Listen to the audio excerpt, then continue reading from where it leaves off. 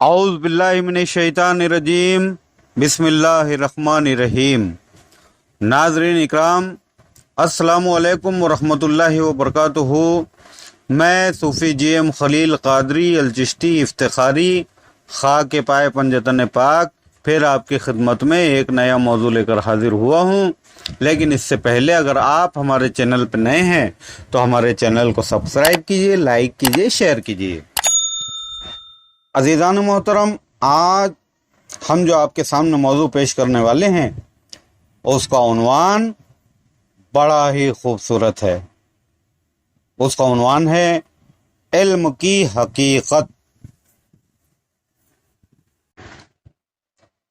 مولا علی علیہ السلام نے جو خطبہ مبارک علم کی حقیقت کے تحت فرمایا تھا، بیان کیا تھا، وہی خطبہ مبارک ہم ترجمے کی صورت میں آپ تک پہنچا رہے ہیں۔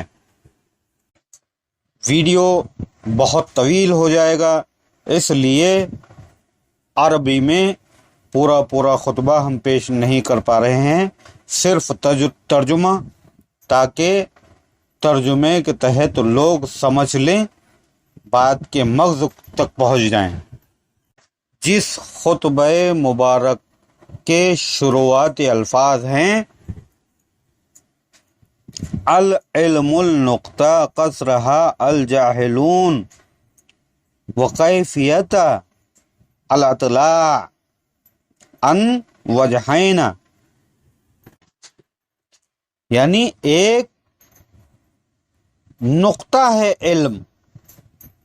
علم ایک نقطہ ہے جس میں جہلا نے زیادتی کر دی۔ اطلاع کی کیفیت دو طرح سے ہوتی ہے، یعنی علم میں جو پیغام ہے، حقیقی پیغام، ان میں دو طرح کی کیفیت ہوتی ہے۔ حقیقی علم میں وہ دو طرح کی ہوتی ہے، ایک وحدت سے کثرت کی طرف، یعنی مبدا سے منتھا کی طرف۔ اگر یہ ہو تو نزول اور ظہور کا طریقہ ہے، مبدا سے منتھا کی طرف یعنی وحدت سے کثرت کی طرف، یہ نزول اور ظہور کا طریقہ ہے۔ اور دوسرے یہ کہ کثرت سے وحدت کی طرف یعنی منتھا سے مبدا کی طرف، اگر یہ ہو تو اقطاعی اور توحید والوں کا طریقہ ہے۔ مگر اگر طریقہ اول ہے تو وہ بہت ہی عظمت والا ہے، کیونکہ نقطہ اول کی وضاحت، یوں کہیے کہ تمام عالم کی تحریریں اسی نقطہ اول کی وضاحت ہے، یعنی وحدت سے کثرت کی طرف۔ وحدت کہا جاتا ہے تنہا کو، اقتا کو، توحید کو، اور کثرت کہتے ہیں دو سے زیادہ انحد۔ نقطہ اول مظہر الہیہ ہے، اور اسی نقطہ اول سے تمام عالم کی تحریریں وجود میں آئی ہے۔ تمام موجودات اسی نقطے میں پوشیدہ ہے، مثلا نفس، ذیولہ، طبیعت، جسم کلی، افلاک، عناصر، موالید، یہ سب پوشیدہ ہے اسی نقطہ اول میں۔ اسی نقطہ وجودیہ کے وسیلے سے ذات الہیہ تک پہنچا جا سکتا ہے۔ جس نے وجود کی تعلیم پائی، گویا اس کے لیے علم و عرفان کے راستے کھل جاتے ہیں۔ جس نے اس نقطہ اول پر غور کیا، آسمانی کتابوں سے ثابت ہے، آسمانی کتابیں اس بات کی ضامن ہیں کہ تمام حقائق و اسرار اسی نقطۂ اول میں پوشیدہ ہے۔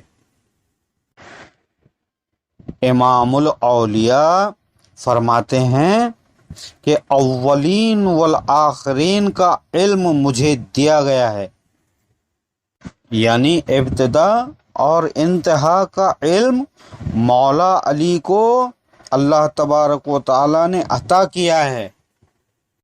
اللہ نے تمام چیزیں مجھے دکھائی جس طرح سے کہ وہ ہیں، یعنی کہ ظاہر بھی اور باطن بھی، اور میں نے ان چیزوں کو اس طریقے سے دیکھا جیسے کہ اسے دیکھنے کا حق ہے، ظاہری طور بھی اور باطنی طور پر بھی۔ اور ان چیزوں کے وجود میں آنے کی وجہ بتائی مولا علی نے، اور قرآن کریم کی شروعات بسم اللہ کے بیان میں ہے کہ میں بے کے نیچے کا نقطہ ہوں،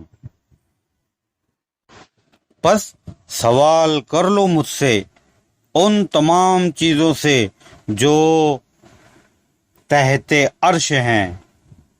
یعنی مولا علی فرماتے ہیں کہ تمام سوال مجھ سے کر لو جو عرش کے تحت ہیں، کیونکہ یہ وہی نقطہ ہے جو قوم کے نزدیک ان کے قول کے مطابق عبادان سے موسوم ہے۔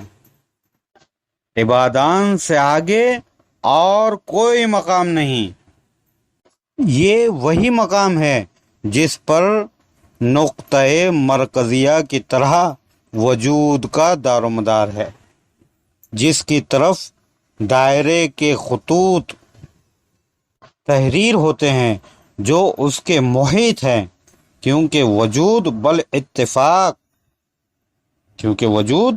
بالاتفاق دونوں متقابل نکات کے مقابل کی وجہ سے مبدئیہ اور منتہیہ ہیں۔ حسب ارشاد خداوندی کہ جس طرح تمہاری ابتدا ہوئی ہے اسی طرح تمہیں لوٹنا ہوگا۔ خداوند تعالیٰ کے اسماء انہی دو اعتبارات یعنی اول و آخر، ظاہر و باطن کے لحاظ سے ہیں، اور ازل و ابد انہی دو نقطوں کی طرف اشارہ ہے، اور قاب قوسین وہ بھی اسی کی طرح ہیں، کیونکہ قوس یعنی دائرہ وجودیہ کے خط کے مفہوم کے ساتھ انقطاع کی طرف اشارہ ہے، جو ان کے یعنی مقید و مطلق اور امکان وجوب کے درمیان دائرے کی صورت میں فاضل ہے، جیسا کہ خلق کیا جانا اور لوٹایا جانا، نزول و عروج، اور فاعلیت اور قابلیت ہے۔ وہ بقائے تمیز اور دوئی کے باوجود جو اس کے اتصال سے تعبیر کی گئی ہے اس کے ساتھ متحد ہیں، اس کے مقام بلند تر ہے، اور اسی مقام کو اونا جو مقام احدیت ہے کہا جاتا ہے۔ اس مقام کو عین جماع ذاتیہ سے تعبیر کیا گیا ہے۔ حسب ارشاد خداوندی عقل و ہوش کے مرتفع ہو جانے اور اعتباری روی کے فنائے محض اور رسوم کے مٹ جانے کا مقام ہے۔ یہ وہ نقطہ ہے جس سے نقطۂ نبوت اور نقطۂ ولایت سے تعبیر لی جاتی ہے۔ یہ دونوں نقطے بحیثیت اطلاق نبی کریم صلی اللہ تعالیٰ علیہ وسلم اور علی علیہ السلام سے مخصوص ہیں، کیونکہ نبوت مطلقہ ہے اور ولایت مطلقہ ہے۔ ان دونوں ہی سے یہ نقطہ مخصوص کہلایا۔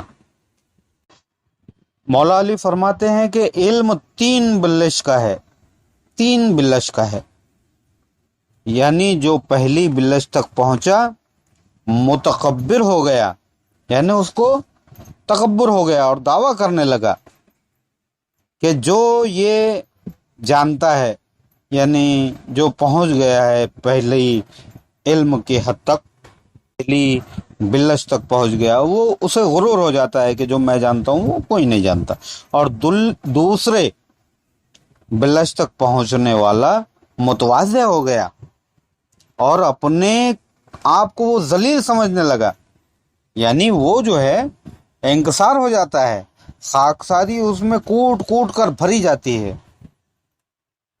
وہ خاکساری کا مکمل جامہ پہن چکا ہوتا ہے جو دوسرے بلش تک پہنچ چکا ہوتا ہے، اور تیسرے بلش تک پہنچا وہ فقیری اختیار کر لیتا ہے اور فنا ہو جاتا ہے، اور اس کو اس بات کا علم ہوا کہ وہ کچھ نہیں، سب کچھ ہے وہ اللہ ہے۔